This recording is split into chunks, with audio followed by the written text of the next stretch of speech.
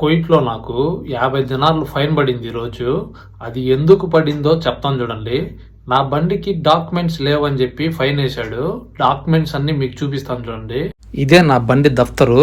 ఈ దఫ్తరు నేను last month 2025 7వ నెల 17వ తేదీ రెన్యువల్ చేయించాను.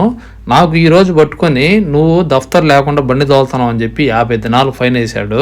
అలానే నా దఫ్తర్ ఎప్పుడు ఎక్స్పైర్ అయిపోతుందో చూపిస్తాను చూడండి క్లారిటీగా. 2026 7వ నెల 2వ తేదీకి ఎక్స్పైర్ అయిపోతుంది. అతనికి కళ్ళు కనిపించలేదో లేదంటే ఈ ఎండకి కళ్ళు ఏమైనా బయలు గమ్మేహాయో నాకైతే ఏం అర్థం కాలేదు.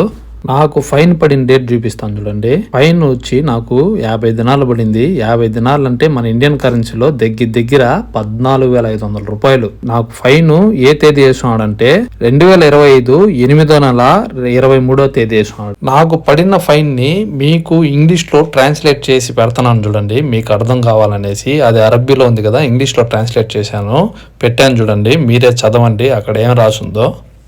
మొత్తం డాక్యుమెంట్స్ మీకు చూపించాను కదా, తప్పేవుడితో కామెంట్ చేయండి. మా కోయిటి అతనికి చెప్పాను, సార్ ఇలాగ ఫైన్ వేసాడని చెప్పి.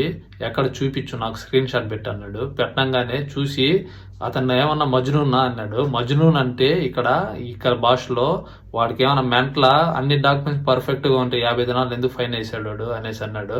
నాకు తెలియదు సార్ అని చెప్పాను. ఓకేలే నువ్వు వచ్చేయి నేను మాట్లాడతానులే అని చెప్పాడు. మీకు ఎప్పుడన్నా ఇలాంటి సిచ్యువేషన్ వచ్చినప్పుడు మీరు ఖచ్చితంగా మీ కోయిటి అతనికి ఫోన్ చేసి ఆ పోలీస్ అతనికి ఇచ్చేయండి. వాళ్ళు ఇద్దరు డీల్ చేసుకుంటారు. మీరు మాత్రం కామ్గా కూర్చునేండి కారులో, వాళ్ళు మాట్లాడుకుని సెట్ చేసుకుంటారు. మీరు ఇక్కడ డ్రైవింగ్ చేసే వాళ్ళు చాలా జాగ్రత్తగా ఉండండి, జాగ్రత్తగా డ్రైవ్ చేయండి.